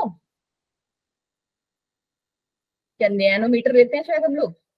ठीक है, तो हमने क्या किया है कि अलग अलग वेवलेंथ की जो है लाइट्स उनको प्रोवाइड कराई जाती है, किस क्या बोलते हैं इसे, वेवलेंथ। ठीक है, यहाँ पे 2 चीजें होती हैं कि अलग अलग वेवलेंथ की लाइट, और अलग अलग टाइम के लिए, कि ABC में हमने जो है फंगस को ग्रो किया हुआ है, एक को हमने दे दिया 800 नैनोमीटर का लाइट पूरा, ठीक है, एक को 600 नैनोमीटर का लाइट दे दिया है, और एक को आपने क्या दिया है, 200 नैनोमीटर का लाइट दिया है, यूवी लाइट। कौन सी लाइट बच्चे? UV light. तो हमारे पास जो 800 नैनोमीटर वाली होगी उसमें क्या होगा, सबसे तगड़े तरीके का म्यूटेशन आपको देखने को शायद मिल जाए। वही बात है फिर से, यहाँ पे भी आप शायद बोलोगे, क्योंकि म्यूटेशन कैसा है बच्चा, एक सडन चेंज है, रैंडम चेंज है, कोई श्योरिटी नहीं है कि होगा ही, ठीक है, कोई श्योरिटी नहीं है कि होगा ही, और हो सकता है कि ना भी हो, ठीक है। बहुत सारे जब हम लोग लैब में काम करते थे तो मोस्ट ऑफ द केसेस में नहीं होता था, बहुत कम फंगस ऐसी होती थी जिनमें आता था। अब ये रहे हमारे म्यूटेशन के types, somatic, germinal, dominant, recessive, spontaneous, lethal, back, macromutation, micromutation और जीन म्यूटेशन एंड क्रोमोसोम। देखो मैक्सिमम तो जो है अपना नाम जैसे है वो डिफाइन कर रहे हैं, ठीक है, मैक्सिमम क्या है अपने नाम को डिफाइन कर रहे हैं, बट जो हम लोग को समझ में नहीं आएंगे वो हम करेंगे अब थोड़ा सा नेक्स्ट टाइम पे, बिकॉज हमारी क्लास का जो टाइम है वो लगभग खत्म होने वाला है अभी। फिलहाल के लिए आप एक बार क्या कर लेना, गूगल थोड़ा सा कर लेना, अगर नहीं मिलेगा तो मैं आपको नेक्स्ट क्लास में तो समझा ही दूंगी, ठीक है। चलिए जी, अब कॉजेस कौन से हैं जो मैंने अभी जस्ट आपको बताया, यूवी रेडिएशन या आयनिक रेडिएशन से हम कहते हैं, एक्सरे की तरह कर लो, गामा रेस से कर लो, अल्फा रेस से कर लो, बीटा रेस। बट हम लोग का जो लैब है आपको पता है इतना ज्यादा बहुत ज्यादा मॉडर्न तो है नहीं, एडवांस नहीं है इंडिया का, जो आप स्टेट गवर्नमेंट वाले लैब में काम करते हो। हमारी लैब में था यूवी रेज और IR रेस, इंफ्रारेड रेस, ठीक है, ये दो रेस जो होती थी हम इन पे काम करते थे अपने लैब में। तो ये हमारे आयनाइज कौन से हैं, म्यूटाजेंस है। कौन से म्यूटाजेंस है मैम? Physical mutagen. क्या कहा जाता है इन्हें बच्चा? Physical mutagen. फिर आते हैं हमारे केमिकल म्यूटाजेन। एक का देखो मैंने आपको उस टाइम पे नाम बताया था, बट आपको नाम जो है सबके याद होने चाहिए। Mustard gas, nitrous acid, nitrogen mustard, colchicine, formaldehyde, peroxide, caffeine, phenol, EMS, ठीक है, इथाइल मिथाइल सल्फेट कहते हैं इसे, और ये रहा 5-ब्रोमोयूरेसिल, ठीक है। ये सारे क्या है हमारे, ये सारे हमारे मैम केमिकल म्यूटेशंस हैं। क्या है बच्चे जी? Chemical mutation. ये कौन से हैं? फिजिकल म्यूटेशन है। और बहुत सारों में हमारा टेम्परेचर भी जो है, डीअमाइनेशन जो है, टॉटोमराइजेशन है और बेस एनालॉग्स है, ये भी म्यूटेशन कॉज करते हैं। मतलब क्या कि अगर आपने किसी भी पर्टिकुलर पॉइंट, एक हमारा पर्टिकुलर ऑर्गेनिज्म है वो एक पर्टिकुलर टेम्परेचर पे सर्वाइव करता है, आपने उसका टेम्परेचर बहुत ज्यादा इंक्रीज कर दिया, ये सब लेबोरेटरी कंडीशन वाली कहानी है, तो वहां पे भी म्यूटेशन हो सकता है। डीअमाइनेशन, डीअमाइनेशन का मतलब कहाँ पे आ जाता है हमारा? डीअमाइनेशन हमारा आ जाता है कि हमने अमाइनो एसिड के सीक्वेंस चेंज कर दिए, ठीक है। वो कैसे करोगे आप? केमिकल्स डाल के। फिर कह रहा है टॉटोमराइजेशन। आई डोंट नो आप लोगों में से कितनों ने सुना है, सिस और ट्रांस दो तरीके के हमारे आइसोमर्स होते हैं, सुना है किसी ने? नहीं सुना है तो प्लीज ये जाके करना कि हमारा जो अमाइनो एसिड होता है ना, हमारे अमाइनो एसिड्स, ठीक है, देखो मैं थोड़ा सा हिंट दे रही हूँ आपको, ठीक है। अमाइनो एसिड्स जो होते हैं, हर अमाइनो एसिड के दो फॉर्म्स होते हैं।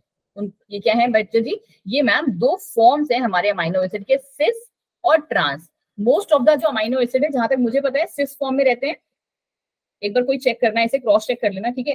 बट जहां तक मुझे पता है कि 90% जो हमारे वर्किंग अमाइनो एसिड हैं, जो हम लोग यूज हमारे इसमें यूज होते हैं डीएनए सीक्वेंस में, वो हमारे मैम सिस अमाइनो एसिड्स होते हैं। अब हमने क्या कर दिया? चेंज कर दिया है उसको, टॉटोमराइज कर दिया, मतलब कि सिस से हमारा कैसा था? सिस एलानिन था, ठीक है। लगाते नहीं है हम लोग क्योंकि हमें पता होता है कि मोस्टली सिस ही होते हैं, ठीक है। और हमने उसको क्या कर दिया? लगाते हम तब है जब हमने उसको चेंज किया, कि हमने उसको ट्रांसफर कर दिया ट्रांस एलानिन, ठीक है। तो इस प्रोसेस को हम कहते हैं टॉटोमराइजेशन। क्या कहा जाता है बच्चा? टॉटोमराइजेशन कर लेना, आपको और सारी चीजें। फिर आ गया हमारा बेस एनालॉग। अब बेस एनालॉग में कहां से आ गए हम? ये सिस और ट्रांस की दुनिया से, जिसे कहते हैं थोड़ा सा और पहले। कैसे? बेस एनालॉग्स हमारे पास कौन कौन से हैं? दो ही बेस एनालॉग्स है मैम, और उसमें बनते हैं 4, प्यूरिन एंड पिरामिडीन। पढ़े हैं सबने? Yes ma'am. होते हैं प्यूरिन्स? प्यूरिन्स होते हैं मैम हमारे एडेनिन और गुआनिन, और पिरामिडीन होते हैं थायमीन, साइटोसिन और यूरेसिल, ठीक है। अब हमने क्या कर दिया कि इनमें अगर चेंज कर दिया कि एक ही जगह हम लोग क्या ले आए हैं? G ले आए हैं, या T की जगह C ले आए हैं, कोई भी आपस में चेंज कर दिया। इसको अभी आप पढ़ोगे जब ट्रांजिशन और ट्रांसवर्जन पढ़ोगे ना, उस पॉइंट पे पढ़ोगे, बट अभी के लिए बस इतना समझ लो कि हमने क्या कर दिया? बेस एनालॉग्स में जाके चेंज कर दिया। तो ये भी हमारा क्या है? एक तरीके से म्यूटेशन ही है, ठीक है। चलो जी, केमिकल म्यूटेशंस के मैंने आपको नाम बता दिए हैं, और ये रहे हमारे और टाइप्स के। तो बेटा जितने ये मैंने आपके ये लिखे हैं ना यहाँ पे 5-7, थोड़े से और अगर आपका मन है तो लिख लेना, वैसे तुम्हारे को इतना इससे ज्यादा की जरूरत नहीं पड़ेगी। ये किस किस तरीके के हैं? एल्कलाइटिंग एजेंट्स कौन से हैं? तो मस्टर्ड गैस और सल्फर गैस। EMS जिसे हम कहते हैं, EMS पर लिखा हुआ है यहाँ पे, इथाइल मिथाइल सल्फोनेट, पूरा फुल फॉर्म भी देख लेना। और ये जो है ये 3 कैसे हैं, एल्कलाइटिंग एजेंट्स हैं। बेस एनालॉग्स कौन से हैं, बेस एनालॉग्स वाला करना है तो ये वाले हैं। एक्रिडीन्स हमारे ये हैं। डीएमाइनेटिंग एजेंट्स का एग्जांपल ये है, मिसलेनियस का एग्जांपल ये है। ये तुमको खुद से याद करने पड़ेंगे या कह लो कि रटने पड़ेंगे। फिर आ गए हमारा सबसे प्यारा टॉपिक और last topic, that is your genetic disorder. Ma'am अभी तो टाइम ही नहीं बचा मैम। अरुण जी कहाँ जा रहे हैं आप? मैम उतना सारा पढ़ लिया मैम, दिमाग थक गए, दिमाग का दही बन गया मैम। बट मैं सोच रही हूँ कि हम लोग एटलीस्ट थोड़े से स्टार्ट कर दें। व्हाट डू यू ऑल से? जनरल स्टार्ट कर दें, कोई भी प्लीज बता दो, या फिर नहीं? तुम लोग में से कितनों की छुट्टियां चल रही हैं पहले तो मुझे ये बताओ। 15 लोग हैं नहीं, क्लास मेरी में हमारे। छुट्टी चल रही है। किस किस की छुट्टी चल रही है पहले तो मुझे वो हैंड रेज करना है एक बार।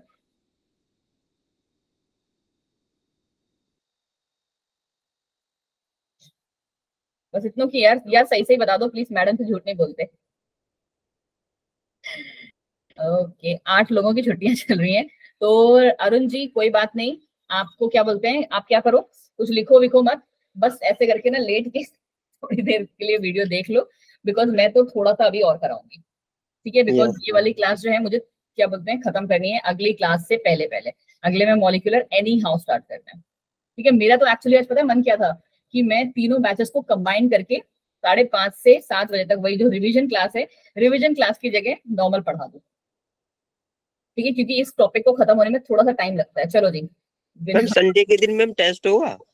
नहीं, कल टेस्ट नहीं है अरुण जी, तभी तो आज हमारा ये नॉर्मल क्लास चल रहा है। चलिए जी, और आप में से सारे के सारे बच्चे नहीं, बट तस्लीम, आदर्श, लक्ष्मी, प्राची, और जस्ट 1 सेकंड, ये मेरी स्क्रीन जो चल रही, तस्लीम, आदर्श, लक्ष्मी, प्राची एंड अनम। तस्लीम, आदर्श, लक्ष्मी, प्राची एंड अनम, 5 हो गए। ये 5 बच्चे एंड ऑफ द क्लास में रुक जाएंगे, ठीक है? जिनके मैं आज के लिए नाम लिए हैं, नेक्स्ट में मैं नेक्स्ट 5 का लूंगी, ठीक है? तो प्लीज आप ये 5 बच्चे, अच्छा तस्लीम तुम तो दूसरे बैच के हो गए हो, चलो छोड़ो, तस्लीम की जगह अनु जी ठीक है? अनु आप रुक जाएंगे प्लीज। चलिए जी, आ जाओ, ठीक है? यहाँ पे हमारे क्या है, अब जेनेटिक डिसऑर्डर्स का थोड़ा सा कहानी क्या है, एटलीस्ट स्टार्टिंग देख लेते हैं, ठीक है? उसके अलावा बाद में देखा जाएगा कि जो हार्ड वाला पार्ट होगा वो हम बाद में करेंगे। अभी सिर्फ मैं उतना उतना समझाऊंगी आपको जितना थोड़ा सा आप इजिली समझ पाओ। पेडिग्री एनालिसिस ना एक बच्चे बहुत ही अच्छा टूल है, जिसमें हमें क्या करना होता है ना कि आपको पेरेंट्स का एक क्या करना होता है, जैसे कहते हैं पेरेंट्स का एक जेनेटिक चार्ट बनाना होता है। क्या कहते हैं बच्चा? जेनेटिक चार्ट बनाना होता है। जैसे आजकल के टाइम पे ना लोग क्या बोलते हैं, कुंडलियां ज्यादा मिलाते हैं, ठीक है? बल्कि आपको जो चीजें मैचिंग करनी चाहिए वो जेनेटिक ट्री जो है उस पर्टिकुलर बंदे का वो मैच करना चाहिए कि उसकी फैमिली में कहीं पहले से कोई बीमारी ना आ रही हो। देखो मेरा किसी पे कोई पर्सनल ग्रिज नहीं है, बट मैं एक जनरल सी एक छोटी सी बात बताती हूँ आपको। आप लोगों ने वो वाली बीमारी देखी होगी, अब मुझे नाम नहीं आता रहा यार उसका। मैम खानदानी एल्बिनिज्म, बीमारी। नहीं एल्बिनिज्म, आई गेस एल्बिनिज्म ही नाम है, ठीक है? एल्बिनिज्म, ठीक है? एल्बिनिज्म एक ना बीमारी है जहां तक मुझे याद है। तो उसमें क्या होता है ना, बंदा जो है पूरा व्हाइट होता है, उसका जो स्किन कलर होता है, जैसे हम लोग का, हाँ हम लोग का जो स्किन टोन है वो व्हीटिश है, ठीक है? बट उस बंदे का जो बाल है, आंख, ये जो आईलिड्स भी हैं, इनफैक्ट जो आंखों की जो क्या बोलते हैं इसे, क्या बोला जाता है मैम लड़कियों बिल्कुल अंग्रेज की तरह दिखता है पे मैम। मस्कारा वगैरह लगाया जाता है, ठीक है? जो भी बोला जाता है ऐसे, ठीक है? वो जो पार्ट है, ये सारी चीजें जो है हमारी क्या होती है, पूरे के पूरे जो उसके बॉडी होती है वो कैसे होती है, व्हाइट हो जाती है, ठीक है? क्यों? क्योंकि उनमें ना मेलानिन नाम का एक पिगमेंट है वो एब्सेंट होता है, ठीक है? अब कहानी क्या है कि ये कैसी बीमारी है, ये ना एक जेनेटिक डिसऑर्डर है। Albinism is a genetic disorder. तो हमको ना क्या करना होता है, यूजुअली क्या होता है ना कि जब किसी बंदे को अगर ये फैमिली में होती है तो there is a high risk कि वो बीमारी जो है वो नेक्स्ट जो है हमारी प्रोजेनी या नेक्स्ट जनरेशन उसमें भले ही ना आ रही हो, ठीक है? कि चलो माइट भी, अगर फादर को, मोस्टली फादर्स में देखने को मिलती है, वुमेन्स मैंने बहुत कम देखी है, कि मोस्टली जो है फादर में ये बीमारी रहती है। तो हो सकता है कि उसकी जो नेक्स्ट जनरेशन है उसमें नहीं आ रही है वो बीमारी, ठीक है? नहीं आ रही, किसी रीजन से भी नहीं आ रही, but might there is a very high possibility कि वो बीमारी उसके बेटे को हो सकती है, बेटी को नहीं, उसके बेटे को हो सकती है। तो ये हम ना कैसे पता करते हैं, एक जेनेटिक चार्ट बना के, जिसको हम आज के टाइम पे क्या बोलते हैं, पेडिग्री एनालिसिस। पेडिग्री एनालिसिस, अब इसको ना हमने ताकि थोड़ा सा आसान हो जाए क्या कर रखे हैं, सर्टेन वो बना रखे हैं कि अगर हम लोग को बनाने हैं तो कैसे, जस्ट 1 सेकेंड, कि अगर मेल है तो हमारा, सॉरी, मेल है तो ये हमारा स्क्वायर रहेगा, फीमेल है तो सर्कल रहेगी। अगर इन दोनों की शादी हमें दिखानी है तो शादी आप कैसे दिखाओगे, ये रही फीमेल, ये रहा मेल, और ये दोनों कैसे हैं, अब ये दोनों है कपल, ठीक है। इनका बच्चे कैसे दिखाओगे, यहां से एक कंबाइन ज्वाइन करते हुए इनका बेबीज दिखा दोगे, कि इनके कोई भी बेबीज, चलो लड़की लड़की और एक लड़का है, ठीक है। तो ये आपको क्या है, बीमारी वाले। फिर साथ में आपको क्या, डिसीज अगर दिखाने हैं, कि चलो ठीक है मॉम को कोई बीमारी है तो हमने मॉम को कर दिया रेड।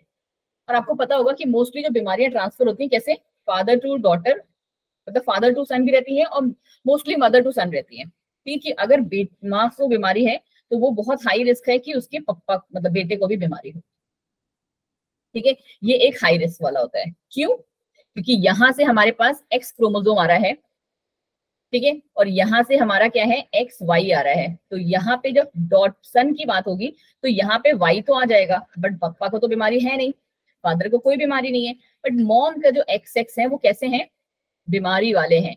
तो अगर एक भी एक्स आएगा तो वो बेटे को क्या हो जाएगी, बीमारी हो जाएगी। और वही कहानी फीमेल्स में क्या होगा, नहीं हो पाएगा, क्यों, क्योंकि फीमेल में अगर एक एक्स मॉम से आ रहा है और दूसरा भी एक्स मॉम से ही आ रहा है, बट एक तो सही वाला आ रहा है वो पापा से आ रहा है, समझ रहे हो कहानी थोड़ी सी। तो यस ये मैम, क्या वो हो जाएंगे, डोमिनेंस कर देगा उसे। इनको हम क्या कहते हैं बच्चे जी, इनको फिर हम कहेंगे मैम कि ये कैरियर वुमेन्स हैं। क्या है, कैरियर वुमेन्स हैं, कि नेक्स्ट जनरेशन में अगर इसके हस्बैंड को भी ये बीमारी होगी तो वो उनकी बच्चों को ट्रांसफर होगी, बट अभी इन दोनों को जो है ये बीमारी शो नहीं होगी। तो इसी तरीके से हम करते हैं, इसको क्या कहते हैं, पेडिग्री एनालिसिस, ठीक है। समझ में आई थोड़ी सी कहानी, मैम छोटी सी, ठीक है। जो चलो, मेल बनेगा क्या वो नहीं दीपक, कैरियर, मैम जो मैन बनेगा वो कैरियर नहीं होगा डिसीज का। मेंस जो है कैरियर नहीं बनते हैं, मोस्ट ऑफ द केसेस में मेंस या तो अफेक्टेड होते हैं या फिर अनअफेक्टेड रहते हैं। क्योंकि मेन देखो, आपको मैंने ये बात ना बहुत पहले ही बताई थी कि जितनी भी क्रोमोसोमल डिसीजेस होती है ना, या जो हमारा ये डिसीज वाला पैटर्न होता है, सेक्स लिंक डिसीज होती है, सेक्स लिंक डिसीज को हमने क्या बोला है, हमने उसको सीधे सीधे नाम दिया है एक्स लिंक डिसीज, ठीक है। बहुत रेयर डिसऑर्डर्स होते हैं जो वाई की वजह से होते हैं, वो अभी आप 3 देखने को मिलेगा आपको, ठीक है। वो भी डिसऑर्डर्स इस वाई के खराब होने की वजह से नहीं है, वो इसलिए क्योंकि कभी एक्स्ट्रा पेयर हो जाते हैं और या फिर कभी कुछ गायब हो जाते हैं। ओके आदर्श जी, कॉन्ग्रेचुलेशन, ठीक है। चलो, तो ये हमारे क्या है, मोस्ट ऑफ द डिसीजेस जो होते हैं ना वो हमारे एक्स लिंक डिसीजेस रहते हैं। तो इसी वजह से जो हमारे फादर जो होते हैं ना वो कैरियर नहीं होते हैं, वो या तो इफेक्टेड रहते हैं या फिर नॉर्मल रहते हैं, ठीक है। ये रहा हमारा पूरा का पूरा चार्ट। मैंने आपको बताया कि मेल कैसा है, ये रहा स्क्वायर में, फीमेल कैसी है ऐसे।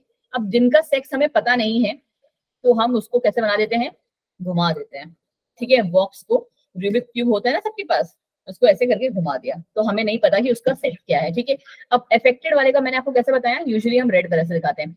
मेटिंग मतलब क्या है, कि दे मेक अ कपल, ये मैरिड लोग हैं, ठीक है। अब मेटिंग बिटवीन रिलेटिव्स दिखाना है कि आपस में जैसे क्या बोलते हैं, होता है कि कजन्स में मैरिज हुई है, तो यहाँ पे आप दिखाओगे डबल एरो से, ठीक है। और पेरेंट्स ये रहे हमारे ऊपर, ये रहे उनके चिल्ड्रन। अब अगर आपको इनको ग्रैंड पेरेंट्स बनाना है तो ये आप क्या कर दो कि एक और जनरेशन को ऊपर दिखा दो, ठीक है। चाहे इधर से दिखा दो चाहे इधर से। देखो जी, इसको भी आपको दिखाने का बहुत तरीका जो है पता होना चाहिए। पता चला, तुम लोग पता है क्या करो, यहाँ पे एक चार्ट बना के मेल और फीमेल दिखा दो, ठीक है। तो ये कभी पॉसिबिलिटी नहीं होती। आपको जो थर्ड जनरेशन के लिए अगर दिखाना है तो कैसे दिखाओगे, इन दोनों में से किसी एक को सेलेक्ट करोगे। कि अगर हमने बोला मैटरनल पेरेंट्स बताओ कि उसके नाना नानी कैसे हैं, तो नाना नानी के लिए ये रही मम्मी, मम्मी के ऊपर के आप दिखा दो कि ये रहे नाना और ये रही नानी, ठीक है। और अगर आपको दादा दादी दिखाने हैं तो आप दिखाओगे इस वाले से कि ये रहे बेटा मैम दादा और ये रही उनकी दादी। मैम नानी को तो बीमारी है ना, नानी को कहाँ बीमारी है, नानी बिल्कुल सही है, रेड ये वाला मैम इसमें। ये तो मॉम है ना। इस बच्चे के रेफरेंस में मैं आपको बता रही हूँ, इन तीनों बच्चों के रेफरेंस में, इन तीनों बच्चों के रेफरेंस में ये इनके नाना नानी है और ये इनके दादा दादी। फिलहाल के लिए हमने क्या देखा है कि सारे के सारे क्या है, नॉर्मल है, किसी को कोई बीमारी नहीं है, ठीक है। तो आप ऐसे जनरेशन जो है दिखाते रहते हो उसमें। फिर आपको क्या दिखाना होता है इसमें, फिर हमें दिखाना है कि parents with affected child. Affected का सिंबल ही हमारा रेड है, चाहे यहाँ पे ये तो हमारा क्या है, सन है, और ये रहा 5 अनअफेक्टेड ऑफस्प्रिंग्स। अगर आपको दिखाने हैं तो कैसे, फिर से ऑफस्प्रिंग्स बोल रहे हैं क्योंकि हमने क्या किया है, क्लियरिटी नहीं दी है, सेक्स जो है वो अनस्पेसिफाइड है, तो आप ऐसे दिखाओगे कि ये 5 है और ये अनअफेक्टेड है। और इसी को अगर हमने रेड कर दिया होता पूरा, तो ये क्या हो जाता है हमारा 5 अफेक्टेड ऑफस्प्रिंग्स हो जाते हैं। बट अभी हमें नहीं पता कि उन ऑफस्प्रिंग्स में कितने डॉटर हैं कितने सन हैं। ठीक है, तो ये आपके जो है क्या है, जनरल वो है। अब इसमें आपको जो पढ़ना है वाला इंपॉर्टेंट पार्ट है, that is your phenylketonuria, histidinemia, homocystinuria, albinism और सिस्टिन्यूरिया, जो मैंने आपको थोड़ा सा हिंट दिया कि ये सारे कैसे हैं बच्चा जी, क्रोमोसोमल डिसऑर्डर हैं। एंड क्रोमोसोमल डिसऑर्डर का सीधे सीधे मतलब होता है सेक्स लिंक्ड या एक्स लिंक्ड डिसऑर्डर्स। अब अगली क्लास में आप हम लोग कर लेंगे ये वाली बीमारियां। या बताओ तो मैं 3 बीमारियां फटाफट से करवा दूं आपको। मैम करवा दो मैम। अरुण जी गुस्से में बोल रहे हो क्या? No ma'am. चलो जी, चलो कोई बात नहीं, छोड़ो जी। हम लोग क्या कर लेंगे नेक्स्ट क्लासेस में, ये वाली जो बीमारियां वाला पार्ट है वो कर देख लेंगे। और अभी के लिए मैंने जिन 5 लोगों का नाम लिया था, ठीक है, वो प्लीज रुक जाइए। अनु, अनम एंड किसका नाम लिया था मैंने, 5 लोगों का नाम लिया था ना मैंने। मेरा भी था। अब मेरा बस जो भी थे जिनके नाम लिए थे वो प्लीज थोड़ा सा रुक जाओ, बाकी लोग फटाफट से बाय बाय। हाँ जी बिल्कुल बाय। Bye ma'am. बाय जी बच्चा, बाय। रिकॉर्डिंग बंद कर दूं मैं।